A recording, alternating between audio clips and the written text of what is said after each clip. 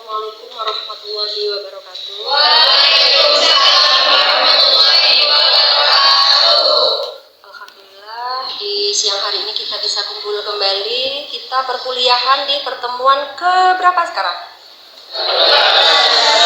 Masya Allah sudah hampir selesai. Maka hari ini kita membahas tentang praktek ya. Kita nanti praktek konseling multikultural. Baik. Sebelumnya saya akan mengingatkan kembali bahwa pesan-pesan dari capaian prodi ya. Capaian prodi itu adalah menyangkut sikap, perilaku, kemampuan umum dan ada perilaku 1 dan perilaku 2. Nah, ini saya selalu mengingatkan pada kalian bahwa mahasiswa luaran dari mata kuliah ini yang ada kaitannya dari prodi dibebankan kepada masing-masing mata kuliah. Ini capaian yang harus diampu sama mahasiswa ini adalah mahasiswa dapat menghargai keanekaragaman budaya, pandangan agama dan kepercayaan serta pendapat atau temuan orisinil orang lain. Karena kita membahas budaya ya, jadi kebiasaan dari orang lain itu kita harus menghargai, begitu ya. Itu kita dalam sikap S1-nya. Untuk perilakunya, mahasiswa dapat menguasai konsep teoritis ya tentang bimbingan dan konseling, pendidikan psikologi dan sosial budaya. Kemudian KU1-nya, mahasiswa mampu menerapkan pemikiran logis, kritis, sistematis, dan inovatif dalam konteks pengembangan atau implementasi ilmu pengetahuan dan teknologi yang memperhatikan dan menerapkan nilai humaniora yang sesuai dengan bidang keahliannya. Nah, kali ini kita akan mempraktekkan mata kuliah konseling multikultural yang di dalamnya terdapat basis social operation. Nah, ini di sini adalah include dari teknologinya ya. Dari konseling, kemudian kita masukin teori-teori teknologi, yaitu di dalamnya ada konsep social present. Kemudian P2-nya mahasiswa menguasai keterampilan dasar konseling. Nah, hari ini kita praktek, kemudian prinsip dan teknik konseling multibudaya itu seperti apa. Kemudian individu, kelompok, komunitas, adiksi, krisis, traumatik, ABK, lansia, dan keluarga. Nah, ini semuanya bisa kita menggunakan konseling multibudaya, bisa berbasis social present ataupun tidak. Jadi bisa offline, bisa online. Gitu ya untuk CPL-nya. Kemudian CPMK-nya, capaian mata kuliahnya sendiri. Di sini ada 4. Jadi ada pemahaman teori konseling multikultural itu secara umum, kemudian ada kesadaran diri dan budaya. Kita ini memiliki budaya yang masing-masing, walaupun satu rumah, tapi muncul karakter masing-masing individu itu akan beda. Nah, ini kita harus menghargai. Kemudian keterampilan antar budaya. Aplikasi praktek konseling, kemudian evaluasi dan refleksi. Nah, hari ini kita tuntaskan semuanya dalam bentuk praktek konseling multi budaya berbasis social present. Kemudian deskripsi mata kuliah ini sendiri, mata kuliah multikultural dirancang untuk membekali mahasiswa dengan pemahaman mendalam tentang pentingnya keberagaman budaya dalam praktek konseling. Melalui belajar ini, mahasiswa akan mempelajari teori dan konsep dasar konseling multikultural, mengembangkan kesadaran diri terhadap nilai dan bias pribadi, serta memperoleh keterampilan komunikasi dan intervensi yang efektif. Nah, begitu ya. Kemudian materi perkuliahan ini mencakup sejarah, perkembangan konseling multikultural yang sudah kita lakukan selama 1 semester ini, dan hari ini kita pertemuan ke 14. Tentunya kalian sudah bisa memahami semua teori-teori yang sudah kita presentasikan pada pertemuan minggu-minggu sebelumnya. Baik. Untuk materi ini kita masuk ke materi ke-16, yaitu social present dalam multikultural. Yang kita bahas itu adalah definisi dan pentingnya definisinya social present, kemudian strategi untuk meningkatkan social present, bagaimana strateginya, kemudian pengaruh social present itu terhadap konseling multikultural itu sendiri, gitu. Bisa dipahami ya? Kemudian untuk penilaian, nah di sini Bu Wis sudah menyiapkan bagaimana cara menilainya, terutama dalam kehadirannya ya. Di sini rubrik penilaian itu adalah keaktifan, kehadiran, mengerjakan tugas individu, tugas kelompok, kemudian terakhir ada UTS dan UAS seperti pada umumnya mata kuliah yang lain, gitu ya. Ini rubrik penilaian sudah ada konsepnya, kemudian, nah ini apa? Soal-soal yang akan diberikan pada saat UTS dan UAS. Bisa dipahami? Baik, selanjutnya saya ingin menanyakan pada kalian. Kalian sudah bisa memahami apa makna dari teori konseling multikultural yang dikenal oleh seorang yang berasal dari Cina, namanya Howard Su dan Howard Su. Nah, ini terkenal dengan teori Su and Su karena dia ini adalah orang Cina yang hidup di Amerika, yang matanya sipit, bahkan tidak bisa melek ya. Nah, ini yang dibully sama orang-orang Amerika pada saat itu. Sehingga keduanya ini sama-sama punya kekurangan sisi fisik hanya karena matanya, tapi otaknya bagus. Nah, ini yang terkenal dengan bagaimana sebuah teori out counseling yang bisa menyelesaikan pembulian ini terhadap dirinya begitu. Nah, terkenallah dengan teori Su and Su. Apakah kalian tahu bagaimana yang kalian tahu tentang konseling multikultural? Silakan. Selain teorinya Su and Su, silakan. Teori konseling multikultural. Apa yang kalian tahu? Apa yang kalian pahami? Kita masuk ke dalam materi. Karena ini hari ini kita akan praktek bagaimana konseling multikultural itu bisa digunakan kepada kasus-kasus yang memang penyesuaiannya dengan masalah yang ada lingkupnya dengan budaya. Ada yang masih ingat?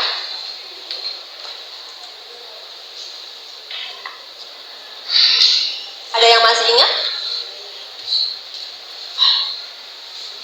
Konseling multikultural. Nah, ini sudah saya rangkum di sini bahwa komponen inti dari konseling multikultural ada apa? Satu, harus memberikan kesadaran diri bahwa seorang konselor itu mengetahui bahwa si konseli itu dari mana ya, misalkan dari Jember sebelah mana dengan Jember sebelah mana. Nah, ini pasti akan berbeda. Ini konselor ini akan memahami, memiliki kesadaran diri yang tinggi bahwa menghargai dari perbedaan kebiasaan yang dilakukan oleh klien itu. Seperti yang dilakukan oleh Su and Su ini, beliaunya dari Cina yang matanya sipit, kemudian hidup di Amerika yang matanya belolang-belolong, dan dia di sana merasa dikucilkan, merasa dia tidak punya bangsa, begitu. Nah, ini dia munculnya teori dari Su and Su. Kemudian yang kedua ini adalah pemahaman budaya. Jadi pengetahuan tentang budaya itu konselor itu harus bisa memahami. Kemudian bagaimana kita melakukan intervensinya. Nah, ini teorinya dari Su and Su ya. Nah, sekarang terkait dengan social present. Ini saya mengingatkan kembali dengan teori-teori yang lama ya. Social present ini apa saja di dalamnya? Apa yang dimaksud social present? Ya, oke. Kehadiran yang bagaimana? Ya. Jadi ada kehadiran afektif, ada kehadiran emosional, ada kehadiran psikomotorik, ada kehadiran sosial, kognitif, dan tuh semuanya ada. Bisa dilakukan melalui online dan bisa dilakukan dengan offline. Sehingga misal ya, konseling multikultural, kemudian di dalamnya ada social present, maka bisa kita lakukan hybrid. secara offline konseling bisa hadir.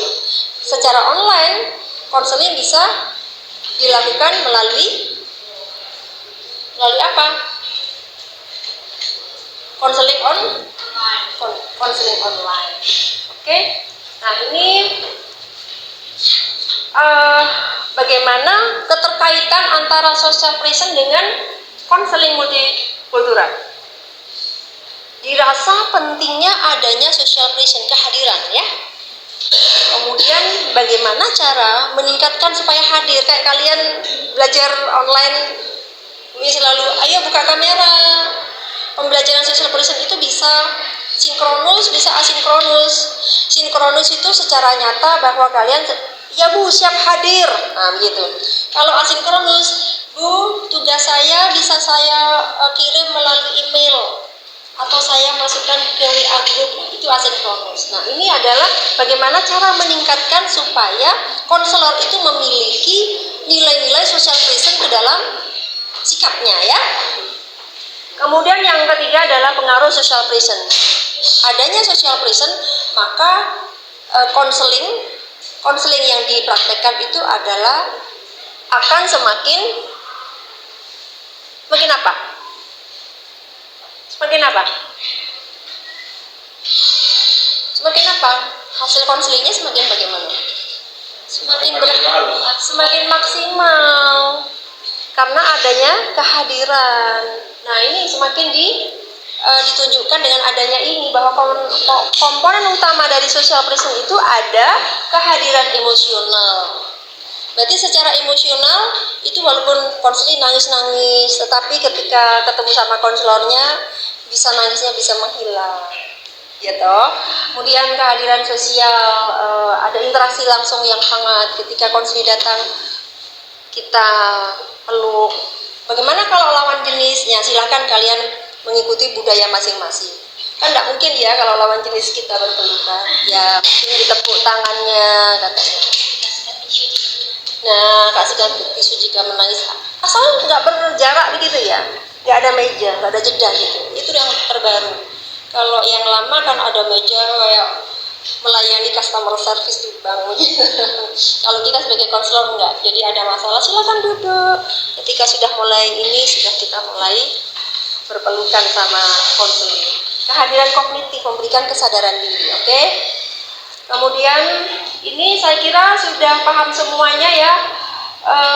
Nah ini tahapan-tahapan bagaimana kita memberikan intervensi ya. Yang pertama kita itu menyapa dengan ramah begitu ya, menyapa dengan ramah itu memberikan orientasi ya, memberikan gambaran, duduk sejajar gitu ya, tidak kalau dulu memang ada meja ya, konselornya di sini, konselornya di sini gitu ya. Seperti nanti saya tayangkan ada contoh, ada konseling yang sedang berlangsung di sosial media itu dengan menggunakan konseling multibudaya yang nantinya akan saya paparkan. Kemudian ini kita lakukan tahapan eksplorasi, dialog terbuka, apa yang terjadi. Ini kan kita sama-sama menyimpan ya, sama-sama menyimpan rahasia ya. Ada kode etik yang tidak boleh saling melanggar. Ada masalah walaupun terhadap suami atau siapa yang terdekat dengan kita nggak boleh dilanggar untuk urusan pasien. Kemudian kita saling memvalidasi, memberikan empati ya. Oh iya, masalahmu ini berat banget gitu. Empati, validasi lah gitu ya. Divalidasi bahwa oh iya bener, masalahmu itu bener-bener nyata loh. Gimana ya? Ini saya ikut terenyuh gitu ya. Nah itu divalidasi, diiyakan gitu loh. Masalah itu ketika ada kontrak mengiyakan, maka si klien ini akan lega. Oh iya, pernyataanku berarti sudah diterima sama konselor, kan begitu ya? Ada konsep diterima gitu sama konselor. Ya itu divalidasi. Itu langkah-langkahnya bagaimana kita melakukan intervensi. Kemudian melakukan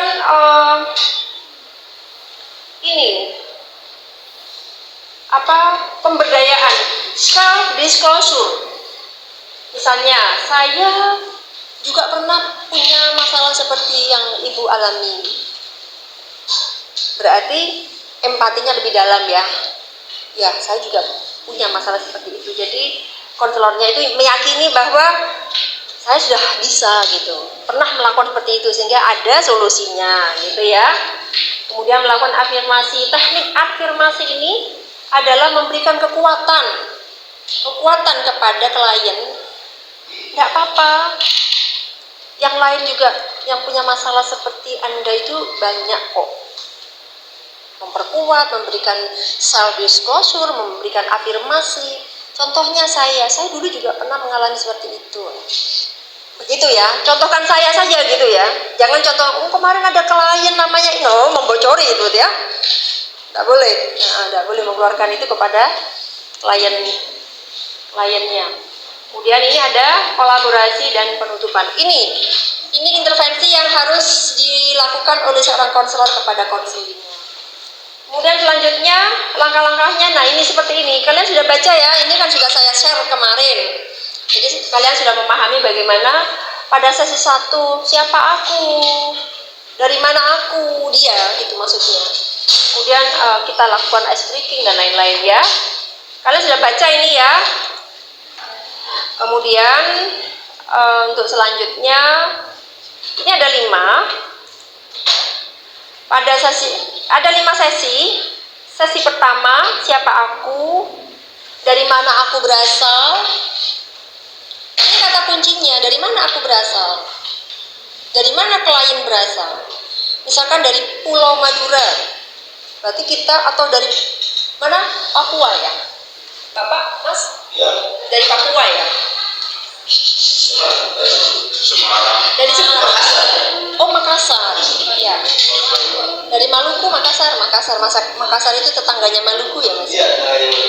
Nah, ini adalah identitas diri. Pada sesi 1 ini mengetahui dari mana aku, dari mana klien. Kemudian kita harus mengetahui, kita berbincang-bincang dulu ya. Kemudian sesi kedua, cerita yang tak didengar. Maksudnya apa ini? Cerita tak didengar. Cerita masalah. Ya, itu. Kemudian yang ketiga, ya inilah fungsi dari social present kita ini. Di sini letaknya. Kapan social present itu mau main? Mau ditayangkan? Kapan? Nah, ini disinilah letaknya pada sesi ketiga. Kita sudah mulai. Social present itu bisa offline, bisa online.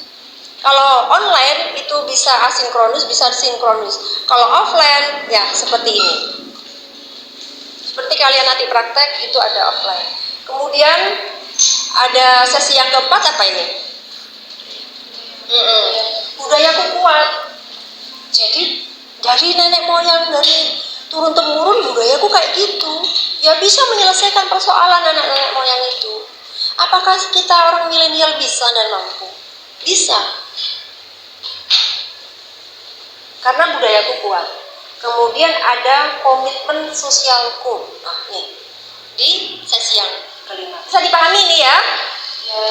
Nah, uraiannya ada di sini. Apa yang harus dilakukan? Pada sesi pertama kita lakukan ice breaking. Melakukan bagaimana peta budaya, misalkan yang tadi dari Makassar. Bagaimana budaya di Makassar itu seperti apa. Terus kita berkomunikasi berdekatan, ini apakah boleh budaya di sana. Kemudian apa yang, nah itu, jadi seorang konselor sudah melayang kemana-mana, mempetakan otak supaya memahami berasal dari mana sang klien. Saya cari di YouTube ya, bagaimana konsep konseling budaya dibuat, bisa diamati bagaimana praktek konseling multikultural.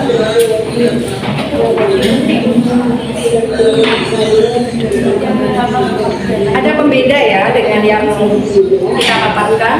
Kalau di sana ada jeda, ada berhadapan-hadapan. Nah, nanti kalau kalian nanti akan praktek yang beda dengan yang saya layangkan. Ini hanya sekedar contoh, gitu ya. Oke, terima kasih. Assalamualaikum.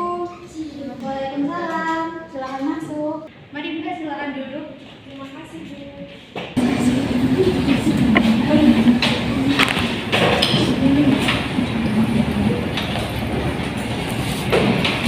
pagi Mbak Zahra, bagaimana kabarnya hari ini?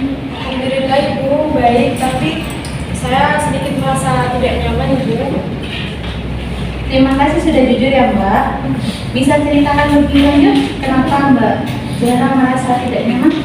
Saya itu akhir-akhir ini sering merasa beda Ibu, karena teman-teman sering bertanya kepada saya kenapa saya itu nggak pernah ikut ekskul drama, padahal saya tidak ekskul drama itu karena keterbatasan waktu untuk sholat Ibu. Jadi saya bilang kalau saya nggak bisa ekskul drama karena waktu untuk latihan drama dengan waktu sholat itu kadang bertabrakan Ibu, dan kadang-kadang teman-teman itu bilang saya kayak nenek-nenek Arab. Saya nggak tahu gimana lagi Ibu. Mbak Zahra, saya meminta maaf ya kalau kamu harus mengalami hal yang seperti itu. Saya paham situasi Mbak Zahra itu bisa bikin rasa tidak dihargai. Kamu punya hak untuk menjalankan keyakinan kamu. Iya Bu, tapi kadang saya merasa malu juga. Jadi saya mikir salah nggak sih saya pakai jilbab di sekolah? Sama sekali tidak salah Zahra. Justru itu bagian dari identitas kamu yang berharga, karena saya juga mengerti di lingkungan yang berbeda bisa muncul perasaan terasing atau tidak diterima. Boleh saya tanya apa hijab itu penting buat Mbak secara pribadi? Penting banget Ibu, itu bentuk ketaatan saya kepada Allah. Saya pakai bukan karena disuruh, tapi karena saya mempunyai kewajiban untuk memakainya Ibu. Itu sangat berarti kamu menunjukkan keyakinan dan saya menghormati itu. Apa yang biasa kamu lakukan kalau ada komentar seperti itu? Ya saya diam aja Ibu, karena saya takut kalau saya jawab malah jadi bahan ejekan lagi. Ya itu bisa dimengerti ya Mbak, karena menahan diri kadang terasa aman. Tetapi saya juga ingin kamu tahu bahwa kamu punya hak untuk diperlakukan secara hormat. Mungkin ke depan kita bisa berlatih cara-cara yang tegas tetapi tetap sopan untuk menanggapi mereka. Apakah Mbak Zahra tertarik? Mau Ibu, tapi saya takut saya bukan dijauhi sama teman-teman. Itu kekhawatiran yang valid. Kita bisa mulai dari hal yang kecil. Selain itu, saya juga bisa bantu Mbak Zahra berbicara dengan guru atau pembina ekstrakurikuler tentang cara membuat lingkungan yang lebih peka terhadap keragaman keyakinan. Bagaimana menurut Mbak Zahra? Boleh banget Ibu, soalnya saya kadang merasa saya itu tidak punya teman curhat, jadi saya masih merasa sendirian. Ya, kamu nggak sendirian ya Zahra, dan kamu juga punya hak untuk dihormati seperti siswa yang lain. Terima kasih sudah berani bercerita hari ini. Kita bisa teruskan latihan-latihan sederhana minggu depan ya. Baik Ibu, terima kasih banyak ya Ibu. Iya, sama-sama.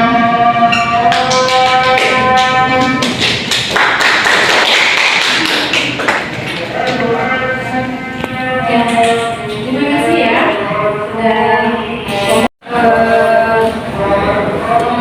jam sudah habis. Kita ketemu lagi di bulan 15 minggu depan di ruang yang sama.